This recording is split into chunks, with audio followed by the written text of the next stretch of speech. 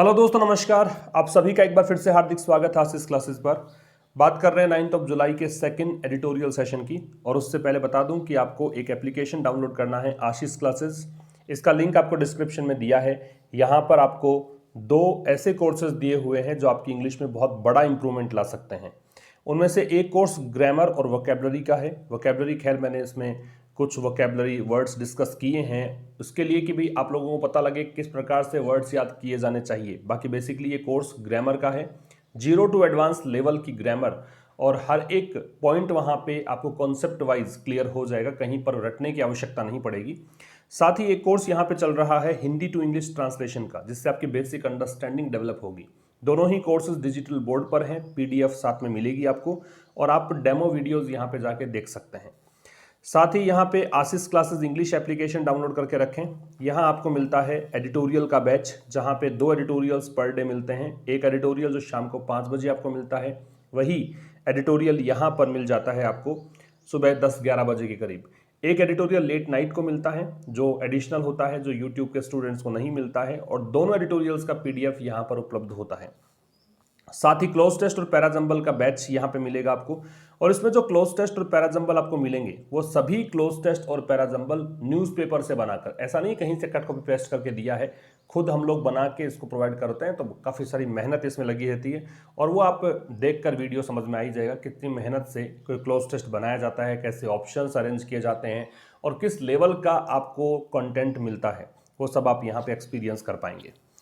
तो आज के एडिटोरियल को स्टार्ट करेंगे उससे पहले हम देखते हैं आज के वर्ड्स। पहला सबसे टाइटल ही इसका ब्लिप है। अब ब्लिप नाम से टाइटल है आज के एडिटोरियल का। तो ब्लिप का मतलब क्या होता है? ब्लिप का मतलब होता है कि भाई कोई जनरल ट्रेंड चल रहा है, कोई भी सामान्य एक चलन चल रहा है कि हमेशा ऐसा ही हो रहा है और अचानक से कुछ अनापेक्षित घटित हो जाए, कुछ मतलब भटकाव आ जाए उस ट्रेंड से, तो उसको बोलते हैं ब्लिप। दूसरा वर्ड आपको मिलेगा इन्फ्लिक्ट। इन्फ्लिक्ट का मतलब होता है किसी चीज़ को थोपना, किसी चीज़ को लागू करना। ठीक है, तो अगर आप कोई चीज़ थोपने की बात करते हो तो डेफिनेटली अनप्लीजेंट थिंग्स ही रहेंगी, क्योंकि प्लीजेंट चीज़ को थोप नहीं सकते आप। थोपना मतलब जो चीज़ें चाही नहीं गई हो, अनचाही चीज़ें हो, तो नेगेटिव वे में इसका यूज़ हम करते हैं इन्फ्लिक्ट का। स्ट्रीक वर्ड मिलेगा। स्ट्रीक का मतलब पीरियड है, स्पेल है या फिर सीरीज है, दौर या श्रृंखला। इसके बाद मिलेगा टैंक। टैंक अगर वर्ब के रूप में हो तो इसका मतलब है गो डाउन, नीचे गिरना। फिर एक वर्ड मिलेगा टेड। टेड का मतलब है टू अ स्मॉल एक्सटेंट या समवॉट, थोड़ा या कुछ हद तक। इस रूप में टेड वर्ड का प्रयोग कर सकते हैं। टैपिड वर्ड मिलेगा। टैपिड का मतलब होता है नॉट वेरी गुड और स्ट्रॉन्ग, ज़्यादा अच्छा या मजबूत ना होना टैपिड कहलाता है। कहने का मतलब जो अनएंथुजियास्टिक टाइप हो उसे भी टैपिड कह सकते हैं, और जो ज़्यादा मतलब कहें कि एक मीडियम स्तर का जो होता है, मेडियोकर दर्जे का जो होता है, उसको बोलते हैं टैपिड। एट्रीब्यूटेबल, इसके साथ में टू लगता है, एक बात तो ये ध्यान रखिए, और इसका मतलब होता है कोज्ड बाई, के कारण। एक वर्ड मिलेगा यहाँ पे किट्टी। किट्टी का मतलब फंड, पूल या फाइनेंसेस होता है। मतलब जो पैसा है और उसकी जो कुल मात्रा है उसे आप कह सकते हैं किट्टी। सेटबैक। सेटबैक का मतलब व्यवधान, बाधाएं जो आपके मार्ग में आती है, उसको बोलते हैं। Breathing room. ब्रीदिंग रूम का मतलब होता है राहत, रिलीफ, रेस्ट का जो पीरियड होता है उसको बोलते हैं। फिर एक वर्ड मिलेगा, ब्रीदिंग रूम तो रिपीट हो गया। Sit back. सिट बैक का मतलब होता है आराम से बैठना। ठीक है, भी आराम से बैठना, किसी काम में हाथ ना बटाना, कंट्रीब्यूट ना करना, उसको बोलते हैं सिट बैक। ब्रू। ब्रू का मतलब कोई बुरी चीज़ जो है वो धीरे धीरे इस स्थिति में आ जाए कि वो घटित होने ही वाली हो, उसे ब्रू। जनरली ब्रू का प्रयोग आप चाय के उफनने के लिए यूज़ कर, चाय जैसे धीरे धीरे उफनती है, उबलती है, उसको ब्रू कहा जाता है। और वैसे ब्रू किसी बैड सिचुएशन के घटित होने की स्थिति को व्यक्त करती है। एक वर्ड मिलेगा फोस्टर। फोस्टर का मतलब एनकरेज होता है, प्रोत्साहित करना होता है। मिसगिविंग। मिसगिविंग से मतलब है डाउट, संदेह या अविश्वास। इन ल्यू ऑफ एक फ्रेज है। इंस्टीड ऑफ बहुत इंपॉर्टेंट है, इंस्टीड ऑफ के स्थान पर के बजाय। ये सब वर्ड्स आज आपको मिलेंगे। तो मैंने 15 वर्ड्स तो निकाल दिए हैं और उसके अलावा काफ़ी सारे वर्ड्स और हो सकते हैं नए, तो वो सब हम देखेंगे आज के एडिटोरियल में। सेकंड एडिटोरियल में डिस्कस कर रहा हूँ क्योंकि पहला फाइनेंशियल आर्टिकल नहीं है, हम जनरली प्रेफर करते हैं फाइनेंशियल आर्टिकल्स डिस्कस करते हैं। तो अब ब्लिप नाम से इस फाइनेंशियल आर्टिकल को हम डिस्कस करेंगे। तो अब मैं बता दूं, जो स्टूडेंट नए हैं वो जरूर से चैनल को सब्सक्राइब कर लें, बेल आइकन को जरूर से क्लिक कर लें, एंड तक वीडियो देखने की आदत डाल लीजिए। अगर आप 3-4-5 मिनट के लिए ही चैनल पर आते हैं, केवल आप बस एक सरसरी दृष्टि देखना चाहते हैं, तो और बहुत सारे चैनल यूट्यूब पर हैं, वहाँ जाकर देखें। अगर वास्तव में आप इंग्लिश सीखना चाहते हैं तो आपको एक अलग प्रकार का एक्सपीरियंस यहाँ पे होगा, ये मेरा दावा है, लेकिन आपको एंड तक देखना पड़ेगा इसके लिए। और पेन नोटबुक लेकर बैठा करें, हर एक छोटी छोटी बात को नोट करने की आदत डल जाएगी अगर आपकी, और आप फिर उसको रिवाइज करते रहेंगे तो यकीन मानिए आने वाले दिनों में आपकी इंग्लिश बहुत अच्छी होगी। और ये जो बता रहा हूँ मैं एक्सपीरियंस के आधार पे बता रहा हूँ कि जो स्टूडेंट्स एक्सपीरियंस कर रहे हैं, जो 1-1.5 साल से बने हुए थे चैनल पर, उनकी इंग्लिश आज बहुत अच्छी हो गई है, उनके मार्क्स बहुत अच्छे आ रहे हैं एग्जाम्स में। तो उसी को लेकर मैं आपको बता रहा हूँ कि आप अगर वास्तव में अच्छे मार्क्स प्राप्त करना चाहते हैं, अंडरस्टैंडिंग डेवलप करना चाहते हैं, तो पूरा एडिटोरियल देखा करें, ठीक है। एक शेयर और एक लाइक जरूर मैं आपसे चाहूँगा, ये आप करके जाएं। आइए स्टार्ट करते हैं। अब ब्लिप, ब्लिप का मतलब मैंने क्या बताया, सबसे पहले पार्ट ऑफ स्पीच इसका नाउन है क्योंकि डिटरमिनर के बाद में आ रहा है। ब्लिप का मतलब होता है जो अनएक्सपेक्टेड कोई चीज़ अगर चेंज होती है ना, थोड़ा सा अगर एक डेविएशन अगर आता है किसी काम में, उसको बोलते हैं ब्लिप। किस बारे में आर्टिकल है, देखो लगातार जीएसटी के द्वारा जो कलेक्शन हो रहा था वो ठीक ही हो रहा था, ठीक है, 1 लाख करोड़ लगभग उससे ज़्यादा कलेक्शन हो रहा था, लेकिन अभी अचानक से क्या हुआ, उससे कम थोड़ा सा कलेक्शन हुआ है, थोड़ा सा कम 93,000 करोड़ कलेक्शन हुआ, इसलिए टाइटल दिया गया अ ब्लिप। तो कह रहा है कि दिस ईयर्स रेस्ट्रिक्शंस, इस साल के जो प्रतिबंध हैं, जो नए विद्यार्थी उनको बता दूं कि जो येलो कलर में दे रखा होता है वो सारे सब्जेक्ट होते हैं आपके, जो ग्रीन कलर में हैं ये वो वर्ड्स हैं जो मैंने पीडीएफ में आपको बताया था अभी कि ये वर्ड्स हम डिस्कस करने वाले हैं, और पिंक कलर में जो नजर आ रहा है आपको वो हो सकता है ग्रामर का कोई कॉन्सेप्ट हम डिस्कस करना चाहते हैं, या फिर हो सकता है कि ऐसा वर्ड हो जो आपको पता हो या पता होना चाहिए, लेकिन इतना इंपॉर्टेंट वर्ड काफ़ी इंपॉर्टेंट है, लेकिन मैंने उसको पीडीएफ में शामिल नहीं किया है क्योंकि काफ़ी बार हम उसको देख चुके हैं, ठीक है। तो इन तीनों कलर्स को लेकर हम साथ चलते हैं, काफ़ी कुछ आपको यहाँ पे समझ में आएगा। तो इस साल के जो रेस्ट्रिक्शंस हैं किसके द्वारा, स्टेट्स के द्वारा, राज्यों के द्वारा। इन रेस्ट्रिक्शंस ने क्या किया है, इन्फ्लिक्ट किया है। इन्फ्लिक्ट का मतलब क्या था, इम्पोज या apply. Less economic cost, less जो है वो डिग्री कंपैरेटिव होती है किसकी, लिटिल की। तो इसने जो आर्थिक कीमतें हैं, इकोनॉमिक कॉस्ट है, वो कम यहाँ पे थोपी है। कहने का मतलब हमें खामियाजा थोड़ा कम भुगतना पड़ा है देन द 2020 लॉकडाउन। चूंकि मैंने कहा कि लेस डिग्री कंपैरेटिव लिटिल की, तो डिग्री कंपैरेटिव की एक खास बात होती है कि उसमें क्या लगता है, देन, ठीक है। तो 2020 का जो लॉकडाउन लगा था ना, उसमें तो आर्थिक यहाँ पे कीमत ज़्यादा चुकानी पड़ी थी, उसकी तुलना में इस साल में जो रेस्ट्रिक्शंस लगाए गए राज्यों के द्वारा उसमें थोड़ा ऐसा कम हुआ है, इस बार थोड़ी कम कीमत चुकानी पड़ी है। कहने का मतलब आर्थिक नुकसान कम हुआ है। तो यहाँ देखने लायक बात ये थी कि दिस ईयर रेस्ट्रिक्शन सब्जेक्ट था, इसकी वर्ब यहाँ पे हैव इन्फ्लिक्टेड दे रखी है आपको, ठीक है। लेस डिग्री कंपैरेटिव है, देन का प्रयोग आपको दे रखा है, ठीक है। आगे देखिए, एंटरिंग इट्स 5th ईयर, ये एंटरिंग है, ये प्रेजेंट पार्टिसिपल है। जब किसी सेंटेंस के स्टार्ट में आईएनजी फॉर्म आती है तो उसकी दो संभावनाएं होती हैं, या तो वो प्रेजेंट पार्टिसिपल होता है या फिर वो जेरेंड होता है। जेरेंड वो तब होगा जब उसको देखकर वर्ब लगाई जाए, कहने का मतलब अगर वो सब्जेक्ट बन जाए। अगर ऐसा नहीं है तो उस वक्त पार्टिसिपल कहेंगे, और उसको पढ़ेंगे कैसे, ऐसा होते हुए। तो कह रहा है कि अपने 5वें साल में प्रवेश करते हुए India's goods and services tax regime, regime system, system को मैंने रेजिम पढ़ा तो सिस्टम का सिनोनिम लिख लीजिएगा, रेजिम होता है। तो भारत का जो ये जीएसटी सिस्टम है ये अपने 5वें साल में प्रवेश कर रहा है, 2017 में स्टार्ट हुआ था। तो 5वें साल में प्रवेश करते हुए ये जो सिस्टम है इसने क्या किया, रिपोर्ट किया। ये वर्ब सब्जेक्ट हो गया, ये इसकी वर्ब हो गई। अब ब्लिप कि थोड़ा सा यहाँ पे डेविएशन आया है, थोड़ा सा यहाँ बदलाव आया है इन रेवेन्यू कलेक्शन, मतलब जो भी कलेक्शन हो रहा था उसमें फॉर जून, जून के महीने में, और ऐसा करते हुए बदलाव आया। ये प्रेजेंट पार्टिसिपल है, क्या करते हुए, breaking an 8 month streak, streak का मतलब सीरीज, स्पेल, पीरियड बताया मैंने आपको, दौर या श्रृंखला। तो 8 महीने से लगातार जो हो रहा था उसको ब्रेक करते हुए, उसको तोड़ते हुए, of over 1 lakh crore rupees in tax receipts. इस जो शब्द को क्या पढ़ोगे, रिसीट्स, इसमें पी म्यूट रहता है, ठीक है। तो जो टैक्स प्राप्तियां हुई थी 1 लाख करोड़ से अधिक हो रही थी 8 महीनों से, उसमें थोड़ा सा यहां ब्लिप देखने को मिला है। अब की बार टैक्स कलेक्शन इतना नहीं हुआ। तो ये एक सेंटेंस पूरा होता है। इस सेंटेंस में एंटरिंग प्रेजेंट पार्टिसिपल है, इट्स यहाँ जीएसटी के लिए पजेसिव एडजेक्टिव आ रहा है, 5th है वो आपका ऑर्डिनल नंबर है, ईयर है वो नाउन है, ठीक है। ऑर्डिनल नंबर का मतलब 1st, 2nd, 3rd, 4th, 5th, 6th, ये सब ऑर्डिनल नंबर्स कहलाते हैं, एडजेक्टिव्स होते हैं। तो अपने 5वें साल में प्रवेश करते हुए भारत के जीएसटी सिस्टम ने यहाँ पे रिपोर्ट की है कि यहाँ रेवेन्यू कलेक्शन जो है, आय जो हो रही है टैक्स से होने वाली जो आय है, उसमें थोड़ा सा यहाँ पे विचलन आया है, थोड़ा सा यहाँ पे अलग चीज़ देखने को मिली है। और क्या करते हुए मिला है, तो 8 महीने की जो एक लगातार सीरीज बनी हुई थी कि 1 लाख करोड़ से अधिक का कलेक्शन हो रहा था, टैक्स की जो रिसीट्स हैं वो 1 लाख करोड़ से अधिक की आ रही थी, उसमें थोड़ा सा बदलाव यहाँ पे देखने को मिला है। तो देखने लायक चीज़ यहाँ पे ये है कि जो जीएसटी सिस्टम है, ये सब्जेक्ट है, इसकी वो अब रिपोर्टेड है। ब्लिप है वो बता दिया मैंने क्या होता है। ब्रेकिंग यहाँ प्रेजेंट पार्टिसिपल है, क्योंकि 2 साइमल्टेनियस सेक्शन अगर होते हैं तो उसमें आप कंटिन्यूअस सेक्शन डिनोट करने के लिए आईएनजी का प्रयोग करते हैं। स्ट्रीक का मतलब सीरीज, पीरियड या स्पेल है। किसी भी वर्ड को जितनी बार आप रिवाइज करोगे उतना बेहतर तरीके से आपके दिमाग में फिट बैठ जाएगा। आगे देखिए, जीएसटी रेवेन्यूज, जीएसटी से होने वाली जो आय है, टैंक्ड, टैंक का मतलब गिर जाना, ठीक है, बताया था मैंने आपको अभी, तो ये गिरने को बोलते हैं। तो ये गिर गया है, जीएसटी के जो होने वाली आय है, रेवेन्यूज है, वो गिर गया है। और कहां तक गिर गया है, अ टेड, टेड का मतलब होता है थोड़ा, slight, somewhat.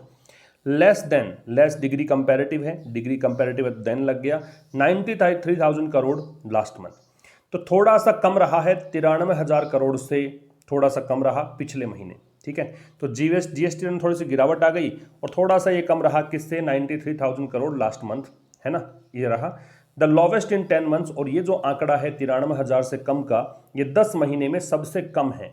Lowest degree superlative है, लो, लोअर, लोवेस्ट, इस कारण से द का प्रयोग है। आगे कह रहे हैं, after a record 1.41 lakh crore in April. April में कलेक्शन कितना रहा था, 1.41 लाख करोड़ का रहा था। एंड अ रिलेटिवली टैपिड, और तुलनात्मक रूप से, टैपिड का मतलब क्या बताया था मैंने, जो कि ज़्यादा स्ट्रॉन्ग नहीं है, ज़्यादा अच्छा नहीं है। देखो वैसे टैपिड का एग्जैक्ट मीनिंग होता है गुनगुना, जो पानी ज़्यादा गर्म भी ना हो, ज़्यादा ठंडा भी ना हो, बीच का सा हो वैसे। तो तुलनात्मक रूप से मई के अंदर रहा था 1.02 लाख करोड़ का। तुलनात्मक, तुलना किससे कर रहा है ये 1.41 लाख से, तो ये तो काफ़ी ज़्यादा था। और यह इतना कम भी नहीं था, 1.02 लाख करोड़। कहने का मतलब सर्वाधिक स्तर ये, न्यूनतम स्तर ये, अब इससे भी नीचे आ गया है, कहने का मतलब ये है, ठीक है। अच्छा, रिलेटिवली और कंपैरेटिवली 2 वर्ड्स आप लिख लीजिएगा नोटबुक में, कंपैरेटिवली और रिलेटिवली। इन दोनों वर्ड्स के साथ अगर आपको जरूरत पड़ जाती है एडजेक्टिव लगाने की, डिग्री लगाने की, तो आप पॉजिटिव डिग्री का प्रयोग करेंगे, ठीक है, क्योंकि ये खुद ही कंपैरेटिव वर्ड्स हैं। आप एक और कंपैरेटिव डिग्री लगा डबल कंपैरेटिव कर दोगे, जो कि ग्रामेटिकली गलत हो जाता है।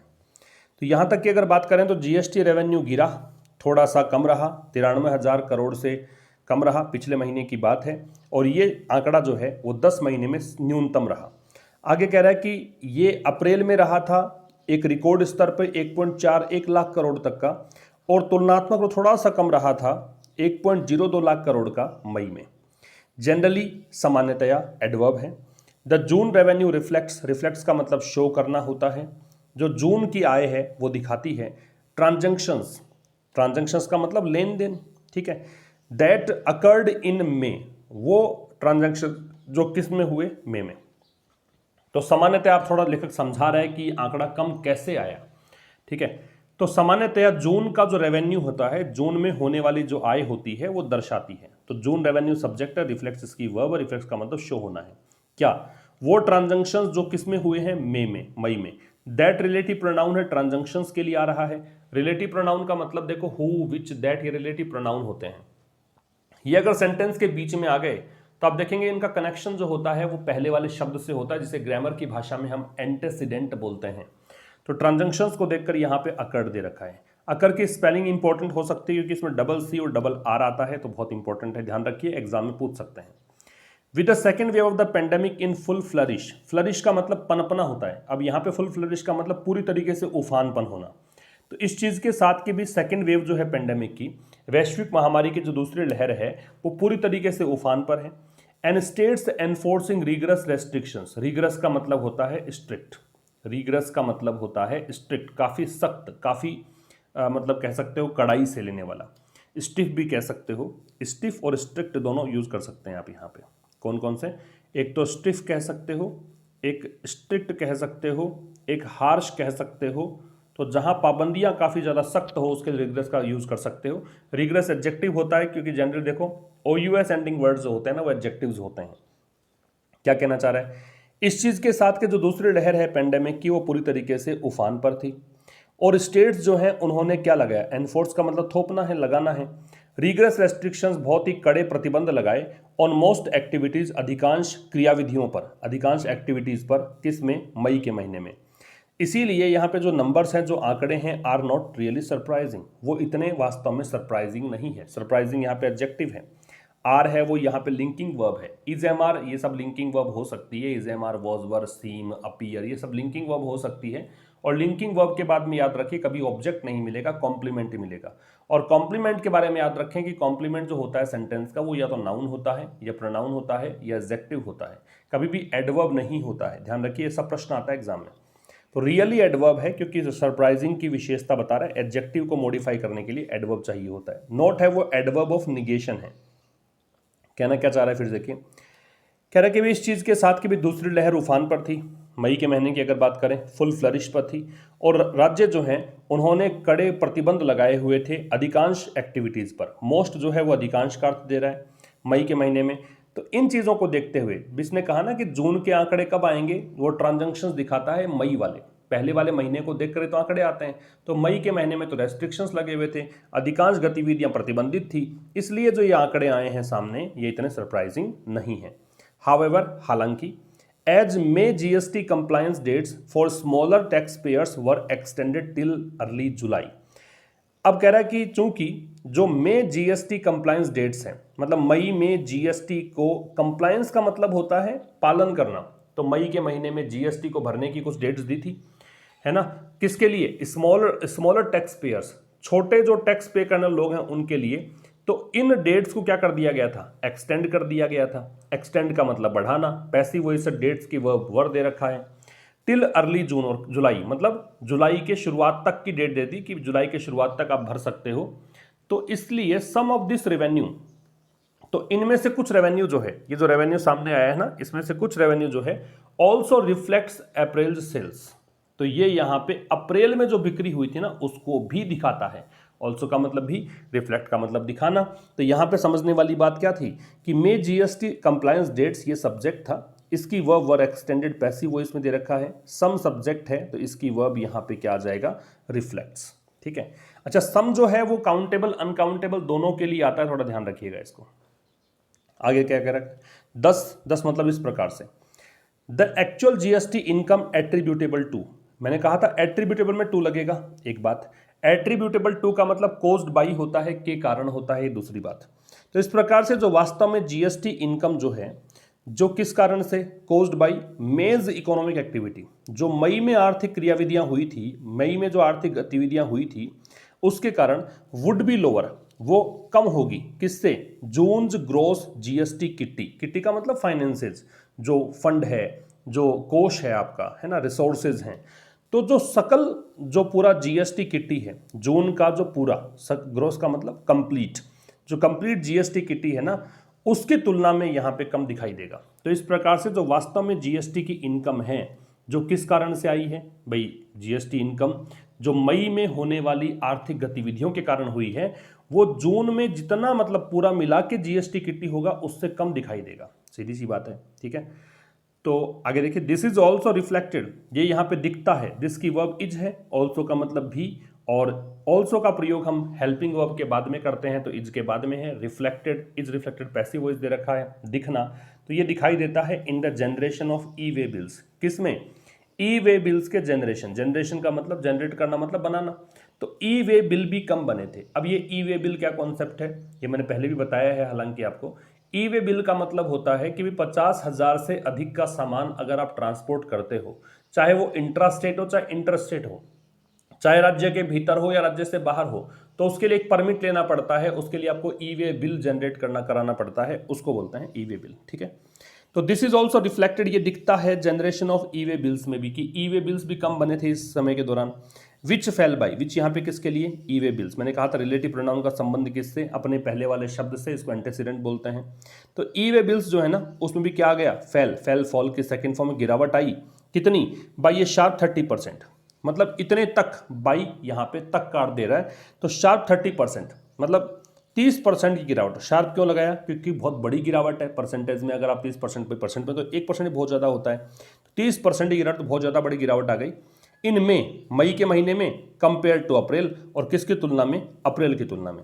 While the sequential decline, sequential का मतलब कंसेक्यूटिव, लगातार, ठीक है, सक्सेसिव भी कह सकते हो, लगातार एक के बाद एक। जबकि जो सिक्वेंशियल डिक्लाइन है, जो लगातार गिरावट है, किसमें, रेवेन्यूज में। डिक्लाइन जब नाउन के रूप में आता है ना, उसमें इन लगाते हैं, गिरावट किस में हुई है, तो चाहे फॉल हो या फिर डिक्लाइन हो, ये अगर नाउन के रूप में आएगी तो इसमें प्रिपरेशन इन लगेगा, गिरावट किस में हुई है।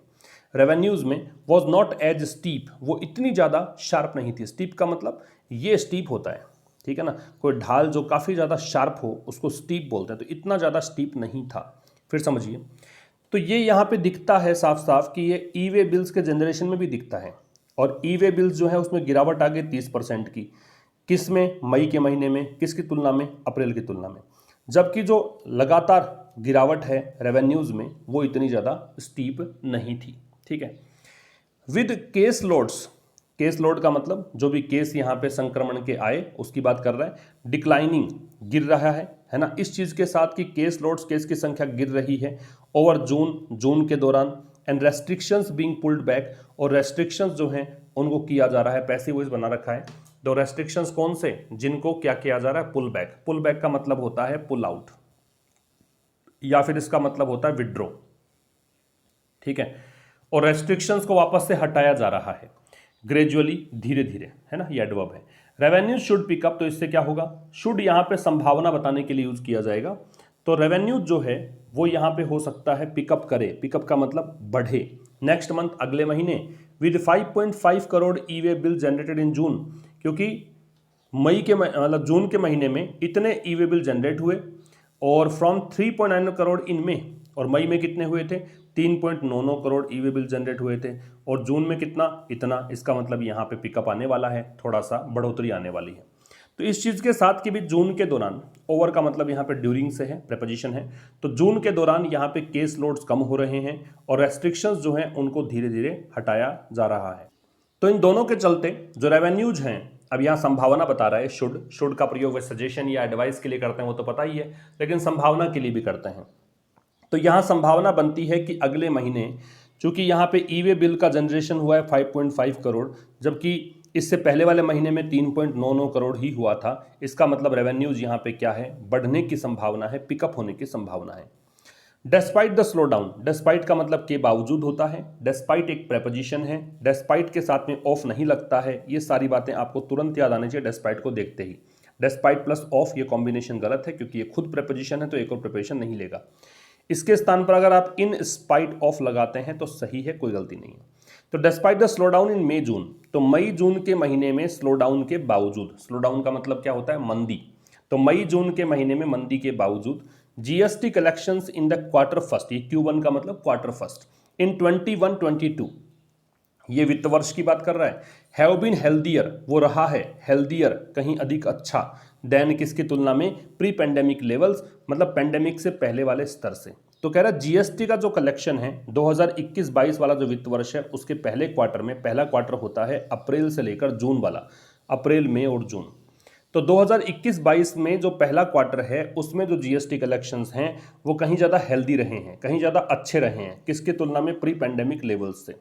इस बात की पुष्टि करते हुए, ये कंफर्मिंग यहाँ प्रेजेंट पार्टिसिपल है, क्या पुष्टि करते हुए, that this years restrictions driven by states, कि इस साल जो प्रतिबंध लगाए गए, किसने लगाए, स्टेट्स ने, have inflicted less economic cost, तो इन्होंने यहाँ पे मतलब इकोनॉमिक कॉस्ट कम इन्फ्लिक्ट की है। ये ऊपर जो हेडलाइन दे रखी थी वही बात है। तो इस बार जो रेस्ट्रिक्शंस लगाए हैं उससे आर्थिक खामियाजा जो है कम भुगतना पड़ा है। Then the national lockdown at a few hours notice in 2020, किसके तुलना में, जो 2020 में कुछ घंटों के नोटिस पर ही राष्ट्रीय लॉकडाउन लग गया था, उस समय तैयारी करने का समय ही नहीं मिला था, कुछ घंटों के नोटिस पर ही लगा दिया गया था उसकी तुलना में, ठीक है। तो यहाँ पे आप देखेंगे जीएसटी कलेक्शन सब्जेक्ट है, इसकी वर्ब हैव बीन दे रखी है ना, हेल्दियर यहाँ पे एडजेक्टिव है, डिग्री कंपैरेटिव इसलिए देन है। दिस ईयर्स रेस्ट्रिक्शन सब्जेक्ट है, इसकी वर्ब जो है वो कौन सी है, वो यहाँ पे हैव इन्फ्लिक्टेड है। लेस डिग्री कंपैरेटिव है तो फिर से देन है। आगे देखिए, while the second wave setbacks, setback का मतलब व्यवधान होता है, ऑब्स्टेकल्स होता है, ऑब्स्ट्रक्शंस, रुकावटें, बाधाएं।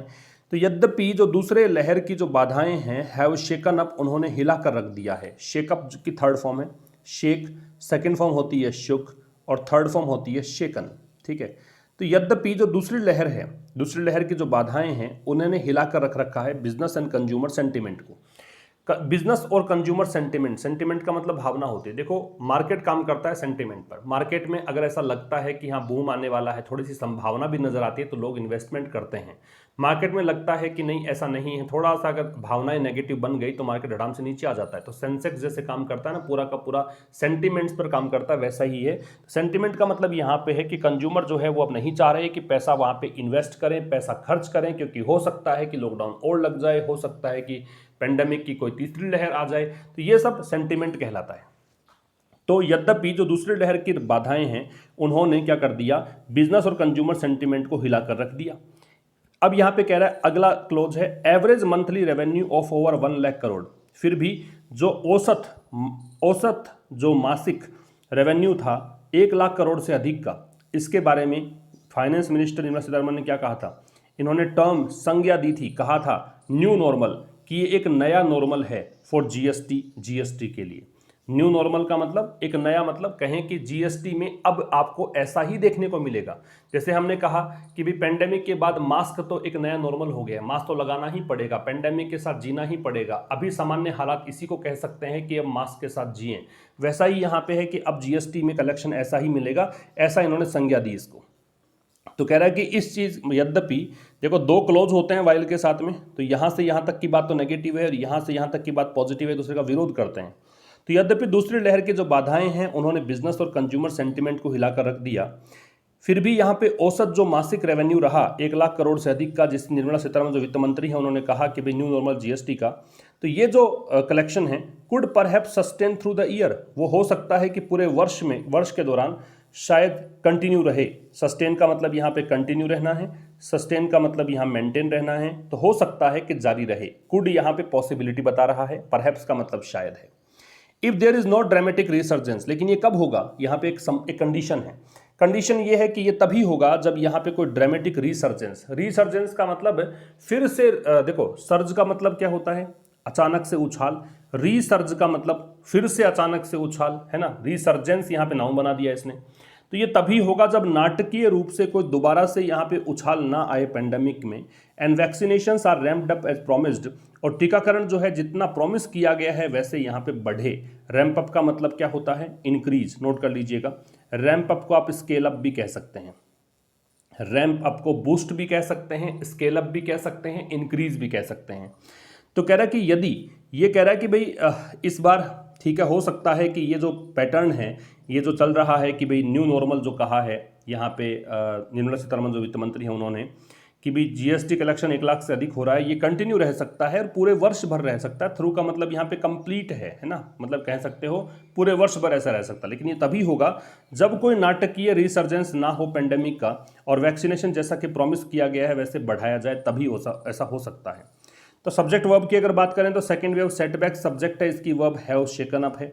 एवरेज मंथली रेवेन्यू सब्जेक्ट है ना, इसकी वर्ब यहाँ पे क्या आ जाएगी, तो यहाँ पे देखो average monthly revenues of over 1 lakh crore. यहाँ फाइनेंस, पहले इसको देख लो, finance minister Nirmala Sitharaman subject है, इसकी वर्ब हैज टर्म्ड है, और इसकी वर्ब जो है वो यहाँ पे आपको मिलेगी कुड सस्टेन। इसके बाद में ये इफ वाला जो क्लोज है उसमें देयर, इफ तो खैर सपोजिशनल कंजंक्शन है, कल्पना करने के लिए कंजंक्शन के रूप में इस्तेमाल होता है, तो देयर से स्टार्ट मानिए सेंटेंस को, और देयर से स्टार्ट मानेंगे तो आपको इन्वर्जन मिलेगा। तो नोट ड्रामेटिक रिसर्जेंस को देखकर यहाँ पे इज है। फिर वैक्सीनेशंस को देखकर यहाँ पे आर रैम्प्ड अप जो पैसिव वॉइस है, बी के साथ थर्ड फॉर्म पैसिव होता ही है। तो कह रहा है this should give some fiscal breathing room for the states and centre states. Breathing room का मतलब होता है राहत, रिलीफ, रेस्ट। तो यहाँ पे ये जो चीज़ हो रही है ना, ये यहाँ पे संभवतया कुछ राहत देगी, कुछ वित्तीय राहत देगी, किसके लिए, सेंटर्स और स्टेट्स दोनों के लिए। But neither can afford to sit back, लेकिन इन दोनों में से कोई भी नहीं। देखो नीदर जो होता है वो डिस्ट्रीब्यूटिव प्रोनाउन होता है ना। अगर इसके बाद में आपने कोई नाउन यूज नहीं किया है, अगर आगे नाउन लगा दोगे तो डिस्ट्रीब्यूटिव एडजेक्टिव इसको कहा जाएगा। चूंकि इसका नाउन नहीं है, ये सीधा वर्ब लगा दी इसने, तो डिस्ट्रीब्यूटिव प्रोनाउन है। अच्छा, इसमें खास बात ये रहती है कि ईदर नीदर दोनों का प्रयोग दो के लिए ही करते हो। चूंकि पता लग गया कि हम सेंटर और स्टेट दोनों की ही बात कर रहे हैं, एक और दो, दो ही है, इस कारण नीदर का प्रयोग ठीक है। अगर यहाँ दो से अधिक होता तो नीदर नहीं लगता, उसके स्थान पे नन का प्रयोग किया जाता। तो ग्रामर का ये कॉन्सेप्ट याद रखिएगा। लेकिन इनमें से दोनों में से कोई भी नहीं, मतलब ना तो सेंटर और ना ही स्टेट्स, वो अफोर्ड नहीं कर सकते सिट बैक, कि वो रिलैक्स होकर बैठ जाएं। रिलैक्स होकर बैठने का टाइम नहीं है, ठीक है। मान लिया कि उनको थोड़ा ब्रीदिंग रूम मिल गया, थोड़ा स्पेस मिल गया, थोड़ी सी एल्बो रूम मिल गया, थोड़ी सी राहत मिल गई, लेकिन वो दोनों ही यहाँ पे सिट बैक नहीं कर सकते। कहने का मतलब रिलैक्स नहीं हो सकते। स्ट्रक्चरल करेक्शंस ये है ढांचागत थोड़े से बदलाव करना, थोड़ी चीज़ों को इंप्रूव करना in the GST regime, GST system में, and the inclusion of petroleum and electricity. और इंक्लूजन का मतलब इंक्लूड होने का प्रोसेस, समावेश करने की प्रक्रिया, शामिल करने की प्रक्रिया, पेट्रोल को और इलेक्ट्रिसिटी को, मे टेक लॉन्गर, हो सकता है थोड़ा लंबा टाइम लग जाए। मैं यहाँ पे संभावना बता रहा है।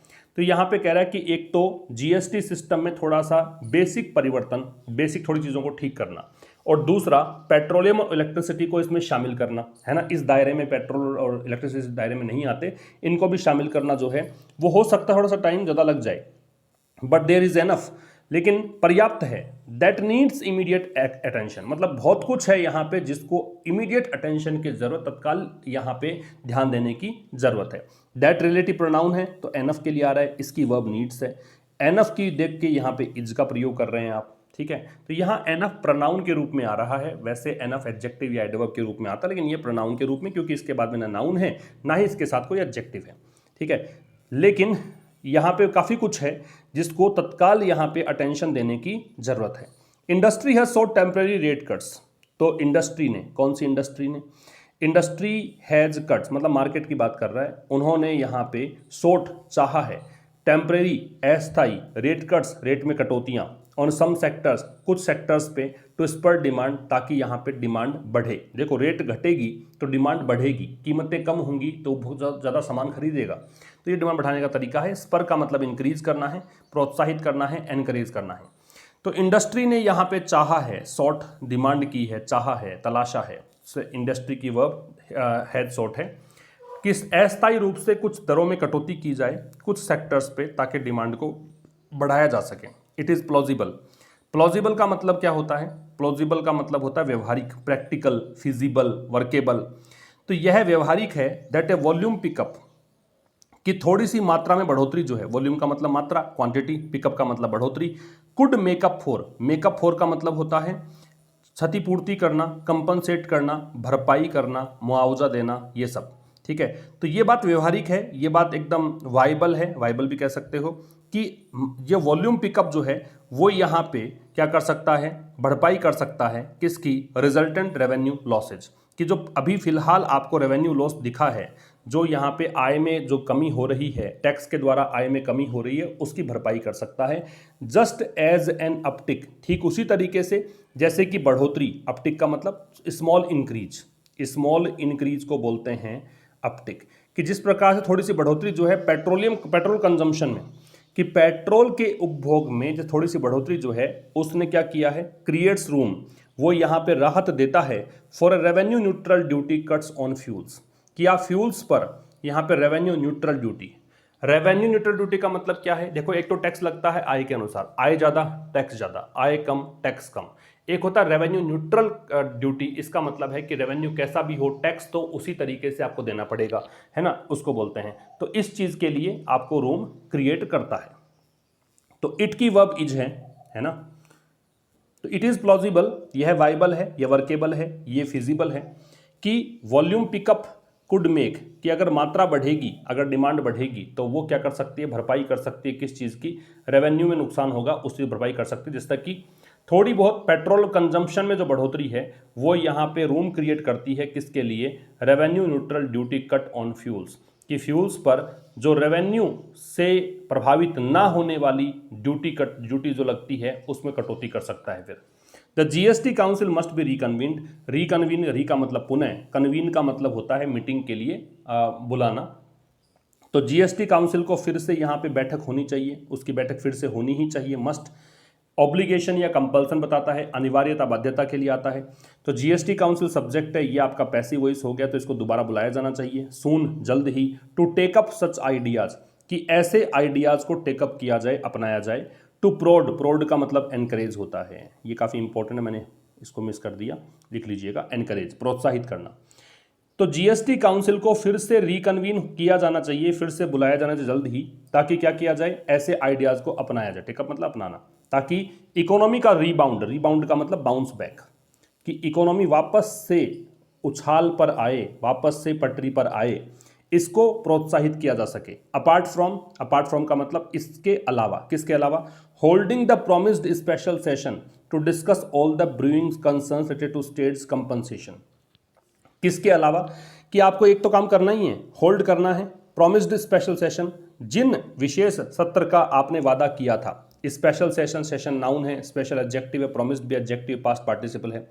तो जिनका आपने वादा किया था कि विशेष सत्र बुलाया जाएगा, किस लिए, डिस्कस करने के लिए। डिस्कस ट्रांजिटिव वर्ब है, याद रखें, इसलिए इसके बाद में कोई प्रपोजिशन नहीं लगता है जब वर्ब के रूप में लगता है ये।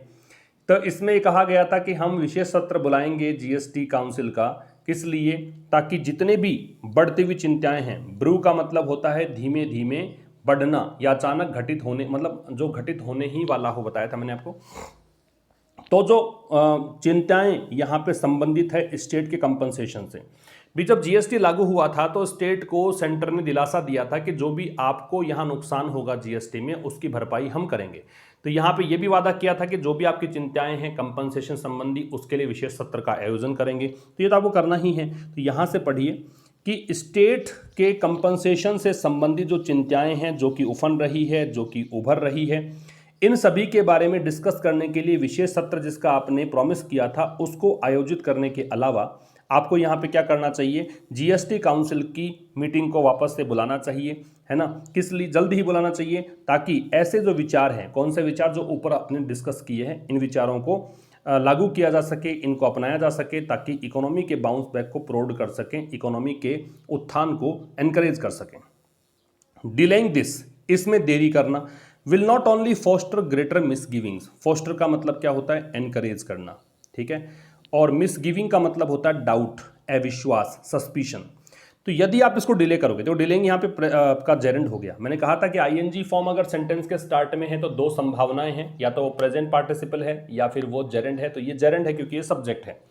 तो इसमें देरी करना, किसमें, ऊपर वाली बातों में, इनमें देरी करना ना केवल दो चीजें करेगा, ना केवल ये, ना केवल वो बहुत ज़्यादा डाउट्स या अविश्वास बढ़ाएगा किस किस के बीच में, केंद्र और राज्यों के बीच में, बट ऑल्सो, बल्कि make it tough for states, राज्यों के लिए बड़ा ही मुश्किल कर देगा, टू प्लान देयर बोरोइंग्स, कि वो अपने उधार की योजना बनाएं, for the rest of the year, बचे हुए वर्ष के लिए। क्योंकि पैसा कंपनसेशन का तो मिल नहीं रहा, तो भरपाई कैसे करेंगे राज्य, उधार लेंगे, बोरोइंग लेंगे, ठीक है।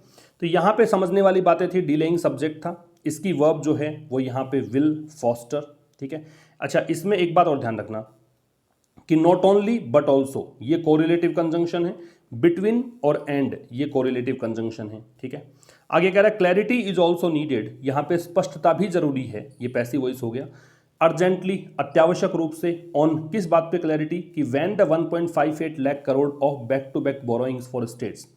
बैक टू बैक का मतलब कंजिकेटिव, सक्सेसिव, एक के बाद एक, सिक्वेंशियल, कि कब 1.58 लाख करोड़ की एक के बाद एक उधार जो है राज्यों के लिए।